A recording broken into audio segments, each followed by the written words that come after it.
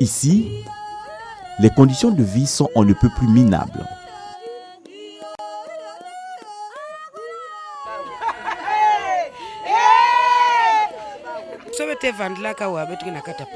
Nous souffrons beaucoup ici. Si tu ne cueilles pas du Nietum, tu ne peux pas avoir l'argent. Et c'est parce qu'avec un peu d'expérience, nous autres savons cultiver les champs. Sinon, nous souffrons. Même les conditions dans lesquelles nous dormons sont déplorables. Difficile même d'avoir un morceau de matelas.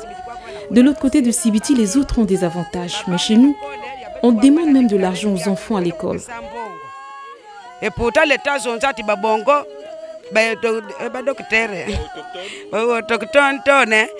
Et pourtant, l'État avait promis que la scolarité devait être gratuite pour les peuples autochtones.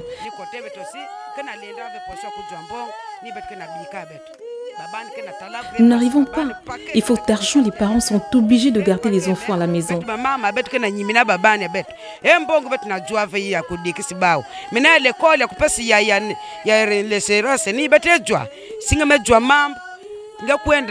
Même en cas de problème, contre les Bantous, la justice penche difficilement pour les autochtones. Mais quand ils ont raison, même quand ils ont raison, la valeur est plus accordée aux Bantous.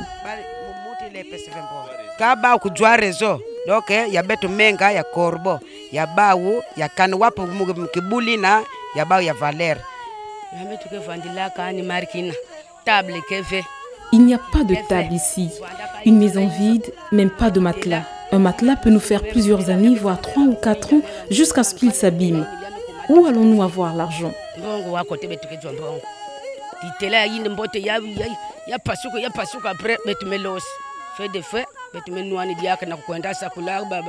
Nous sommes obligés de travailler dans les plantations des autres pour espérer avoir un peu d'argent.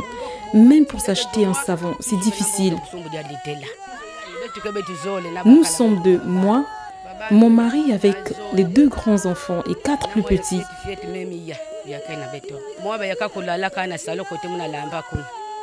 Je dors ici avec leur père et les plus petits, ils dorment au salon.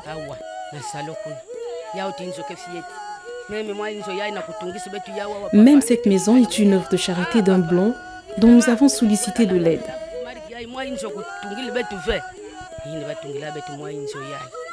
En dépit de cette misère, le soir, la communauté peut s'offrir quelques instants de chant et de danse.